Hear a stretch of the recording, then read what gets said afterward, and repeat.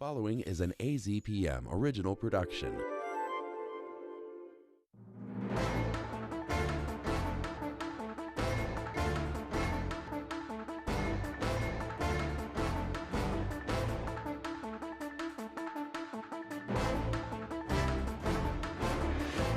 Hello and welcome to the latest edition of the Press Room from the radio studios of AZPM. I'm your host, Steve Goldstein. A lot of things to discuss today, including the latest with the Donald Trump immigration policies, and Governor Hobbs gets to name her first justice to the Arizona Supreme Court. Great journalists joining me today, including Jim Nintzel of the Tucson Sentinel, Danyelle Khmara of AZPM, Caitlyn Schmidt of the Tucson Spotlight, and Sarah Lapidus of Report for America and the Arizona Republic.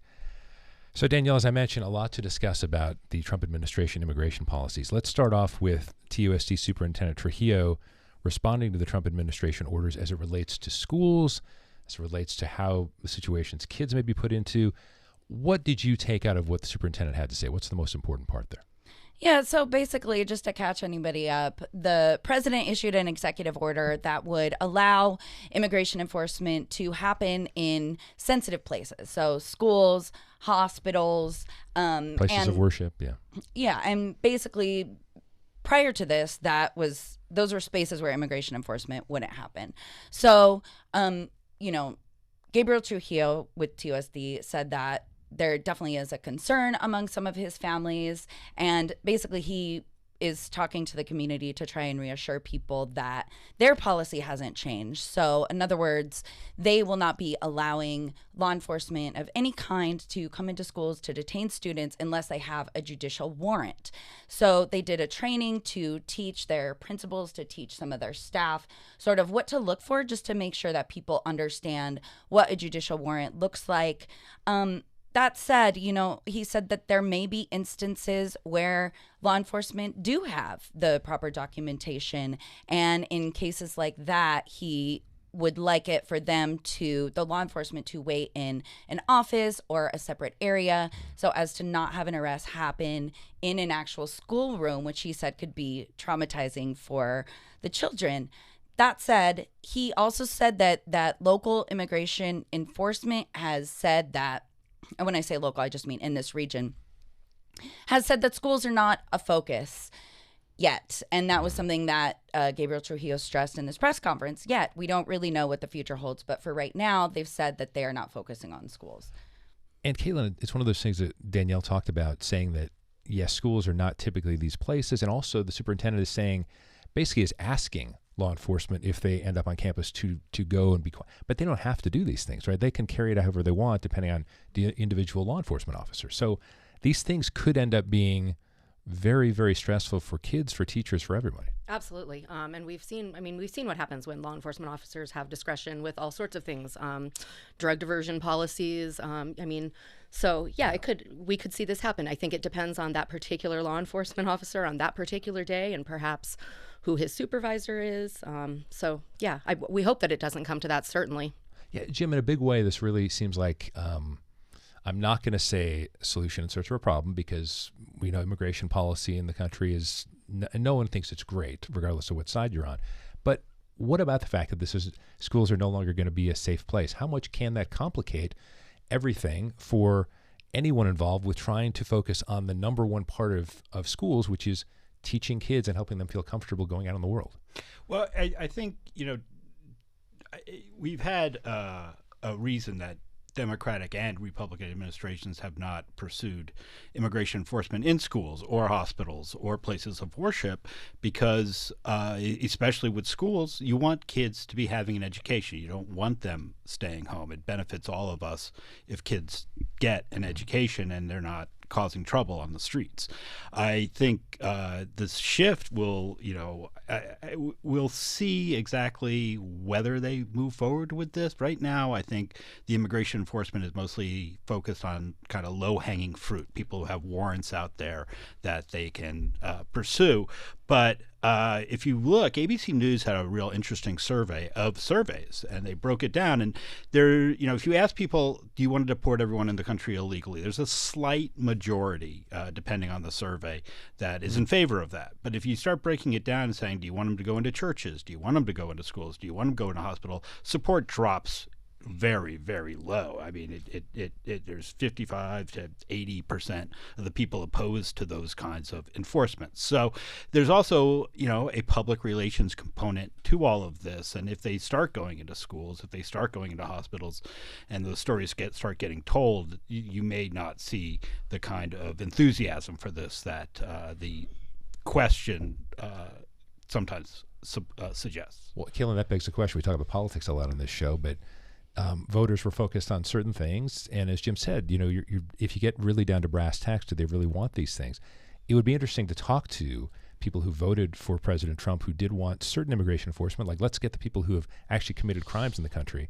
So this is a dynamic to watch, even though we're just, less than 2 weeks into this right now, this administration. Yes, and absolutely. But we're already seeing it play out. My colleague Susan Barnett had interviewed a couple before the inauguration who were very active with Derechos Humanos and several different humanitarian groups as well.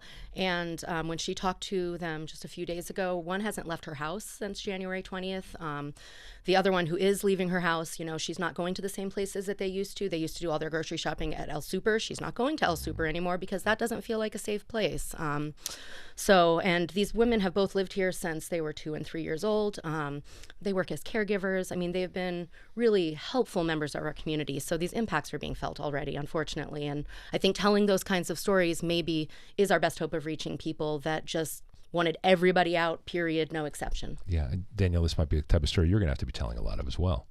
Yeah, no, I would imagine that I am, especially covering immigration, covering the border. But yeah, just in line with what Caitlyn was saying, I asked Trujillo the other day, is he seeing any incidents of kids staying home, not going to school, just because they're afraid of what might happen? And he said it's hard to say at this point because truancy can happen for different reasons, but it's definitely something that people are concerned could be an issue. Do you have anything to add on that? And also, I think parents concerned about picking up their kids at school or dropping their kids off at school is probably going to factor into that as well. It's going to cause a different kind of chaos, and we saw chaos with the pandemic. Kids at home, and that affected learning, and now we're probably going to see more of that, at least among a certain sect of people who are here legally, or if they're children. It complicates matters in a very striking and for many of us, a really sad way. Sarah, let's talk about Pima County a little bit, specifically, though, how sheriffs are relating to having to deal with this kind of thing. I understand you talk to some rural county sheriffs, and because we want to talk about Pima County specifically, but rural county sheriffs having to deal with these things too. And one might stereotype, rural county sheriffs might think, great, let's do more enforcement. But what were they telling you? Yeah, well, the sheriff in Santa Cruz County, he's more in line with what the Pima County sheriff has said, where he doesn't want to help with the immigration goals. I think recently, in the last couple of days, he pulled out of Operation Stone Garden, which gives federal funding for these kinds of, for law enforcement to help with these kinds of goals. So he really wants to be a sheriff. So Sheriff Hathaway, he really wants to be a sheriff for everybody. He said that more than half of the county is Latino and has different varying statuses of immigration. And he doesn't want to see a Gestapo type environment where he has to check everybody's passports and papers and everything like that. So he's been very vocal about how against, carrying out immigration goals.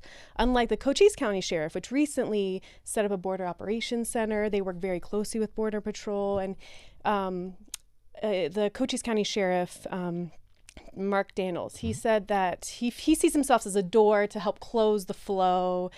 He's very, he said, we already work hand in hand with Border Patrol. It won't change much. Yeah. And Caitlyn, it wouldn't be an edition of the press room if I didn't ask you about Sheriff Nanos relating to this. That's right. Yes. Did he have anything new to say, or just we've talked about in the past that he doesn't want to be involved in this? Yeah, he does not want to be involved in this. He was very clear about this. Leading up to the election, he made it more about staffing, but he came out pretty quickly into this after the Laken Riley Act came up, saying that he has no interest in participating in immigration reform. And if he did, he would run for higher office. Right. But, he has, and other Pima County sheriffs have been taking steps for years to distance themselves from this kind of thing. We even saw Republican Sheriff Mark Napier was the one that asked ICE to leave the jail and remove their office space. So this has kind of been happening for a while. Laken Riley Act, we'll get more to that in just a couple of minutes. But Jim, let's talk about the Pima County attorney advising county officials on asking for warrants and ID from federal agents and immigration enforcement. And I'm going to read what we shared with Pima County employees, thanks to some great reporting out there. I want to be as helpful and cooperative as I can with any lawful orders. My instructions require me to quickly get a copy of your warrant and any paperwork you have, as well as your full credentials, including name, agency, and badge number. I will share this information with my point of contact at Maine County, who will quickly consult with attorneys in order to comply with your request as soon as possible. So it almost sounds like someone who's like working at Dillard's or working at Macy's at night or something like that. How significant is this that Laura Conover came out and is giving some sort of standard for Pima County employees to follow? Well, I think both Sheriff Nanos, County Attorney Conover, TPD Chief Magnus, following the direction of the Tucson City Council, are all, as we talked about, trying to step away from being in the role of assisting the federal government in these kinds of raids. We don't know if they're going to happen, but the county runs or supports daycare programs, and after-school programs and neighborhood centers and things like that, where you could conceivably have people who are undocumented hanging out. And so the idea is to give the employees there pretty specific instructions of how to handle the arrival of somebody like that. And it's not as though President Trump won by a landslide. We know that's not the case, but there is a very different dynamic, Tucson, Pima County, as it relates to the Trump administration. They're in very different wavelengths. Is that going to make things difficult for Pima County when you have Sheriff Nanos, County Attorney Conover saying these things? Could this end up leading to trouble, whether appropriate or not? Well, I think the trouble we may see is, if you're not cooperating, you're not getting this federal grant. We're going to take away your funding for this, that, or the other. That's where I think we're going to, because we've already seen, these executive orders last week, the Office of Management and Budget memo this week, an effort to stop the flow of federal dollars into communities across the country. And it sounds like they're reviewing these things, and maybe part of their review is like, who's going to cooperate with us? And, it's a pretty nice city you got here, Mayor Romero. It'd be a shame if something were to happen to it. And, I think we could, that's where I think a lot of the hammer may fall. Yeah. Danyelle, what strikes you about that? I think what the county is doing is really in line with what TUSD said, which is that you need a judicial warrant if you're going to come into these public spaces and detain people. And so, it's not necessarily a change, but I think it's just making sure that everybody's in line, everybody understands that this is the law. This is the line that is drawn, and these are the protocols that will be followed. And honestly, when I saw this reporting, I just thought, well, this is very in line with what TUSD was just saying. It does feel consistent, Caitlyn, but again, as I asked Jim, does that potentially cause trouble for Pima County, for Tucson, to be against the grain is what the Trump administration wants, especially if what we've seen, this aggressiveness we've seen, becomes even more aggressive? Absolutely. And quite honestly, I think we're already in his crosshairs, right? He has a great memory, and he has plenty of people that work for him. And we had many top county and city officials campaigning very actively for Kamala Harris and Tim Walz. And I don't think he didn't notice that. I don't think we're at the top of his list of priorities. And even beyond that, I don't think a lot of what we've been trying to do over the years are priorities of his anyways. The city has been really active in environmental initiatives. They don't seem to care much about that anymore, especially environmental justice. So, I think we're already in those crosshairs, and anything we do probably just puts us in a more precarious position. Okay. Danyelle, Caitlyn did mention Laken Riley. So can we get some background on that? First, we know President Trump signed it into law. Yeah. Tell us a little bit about who Laken Riley is and why this became such a cause celeb for mostly on the right, although some on the left, which we'll talk about in a moment. Yeah. So basically, Laken Riley was a young woman who was killed by an undocumented migrant, and he had previously been arrested for, I believe, shoplifting and had been released. And so the Laken Riley bill sort of came out of this idea that, if this man had been behind bars, that he wouldn't have been able to commit this horrendous crime and take this woman's life. So we saw a lot of support from Democrats in Arizona. Both of our senators supported it, and the bill eventually did pass with Democratic support, even though there were plenty of Democrats who were still against it. And basically, the question that I have been trying to answer, because what the bill will do is it allows federal immigration enforcement officers to detain people for minor crimes such as shoplifting and other minor crimes in line with that. The problem is that those crimes are typically handled by local law enforcement, not immigration enforcement. So the question that I was trying to get answered was, who's going to pay for this? Who's going to pay for this? Are local law enforcement going to be required to do this? And, you know, we were talking about nanos earlier, and I talked to him about this, and he said, well, it's not going to cost my department anything because I'm not going to do it. And so he said, you know, if we arrest somebody for shoplifting and it warrants a citation and then we let them go, that's what we're going to do. We're not going to hold them for a few hours or several days until immigration enforcement can get here. So the law itself did not come along with any funding, and it's not clear yet how it is going to be implemented. Yeah. Caitlyn, any concerns on top of the other concerns we've already discussed? I mean, we've already had for years issues with how local law enforcement handles ICE detainers for serious crimes and what's going to happen with them. And my understanding was the defendant in this case was actually released before ICE could pick him up on a pre-existing detainer. So, I mean, there are still holes in this system. If they don't pick him up soon enough, they probably will be released. And again, who's going to pay for this? I don't think anyone, any local law enforcement agency is going to offer to spend more money that they don't have to be an arm of the federal government. So it'll be interesting to see how it plays out across the country, but particularly here. Yeah. Sarah, how does this fit into the reporting you've done and the folks you've spoken to? Well, Sheriff Hathaway in Santa Cruz County said the same thing. He can't afford to keep people in their, without more funding, and he just doesn't have the funding. He doesn't have funding to train his officers or immigration issues. So as same with, there's no money for it. Mm-hmm. And Jim, as Danyelle mentioned, the politics of this is interesting in the sense that Ruben Gallego just became a senator. He has 6 years. And some people might say if he were in the last year of his term, just to be cynical political observers, I understand why he might support this. But just a month into being a senator, and Senator Kelly as well, did anything strike you in particular about that? The fact that here are two prominent Democratic senators in a purplish state signing on to this.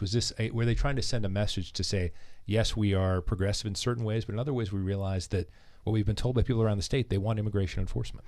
I think they are obviously making a play to appear more moderate on immigration because they recognize the frustration in the country. I think the critics of this bill are saying, look, this is even if somebody's arrested and not convicted, they could be falsely arrested and then find themselves deported. But again, we don't know how that mechanism is going to play out, and it will play out differently in different communities, just as I think SB 1070 had some similar requirements, and that played out differently from county to county. And we're still watching Prop 314. We don't know when that's going to go into effect. The law in Texas, of course, determines that. I still, before we leave the Laken Riley Act, Danyelle, it just struck me that this was one of those things that almost, and this is me expressing it, almost became one of those Fox News kinds of things. And then more reputable politicians and elected officials climbed on, not asking to make a prediction, but does this indicate a direction we may see from the country because of the Trump administration, at least over the next few months?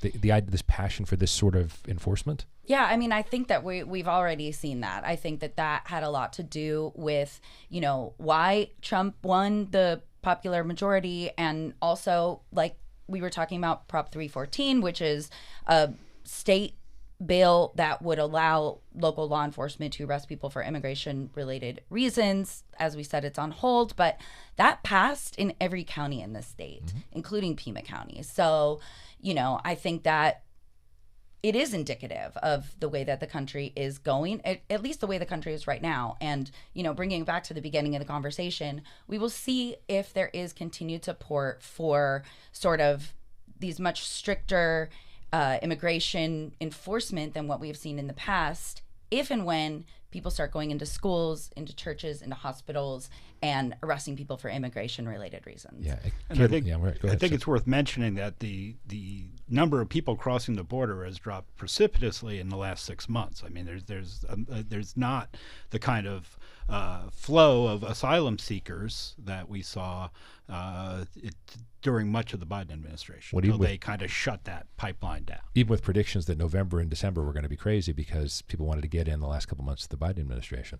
Caitlyn, before we move off this topic, so 314 also had those elements in it, though, about keeping opioids out, keeping fentanyl out. So that's one of those things that I'm actually intrigued to watch that if the Trump administration actually starts moving toward that, as opposed to deporting folks, actually being, really having more enforcement, not just sending 1,500 troops or whatever, really saying, no, this is something that we know Americans do not want well, at least many Americans don't want the drugs here. So that's the enforcement part of it. So that's interesting to me. I mean, I think that was the bigger voter draw to 314. Most of the people that we talked to, that was the concern. Fentanyl coming across the borders, killing people. It wasn't people living here illegally. It was the flow of drugs.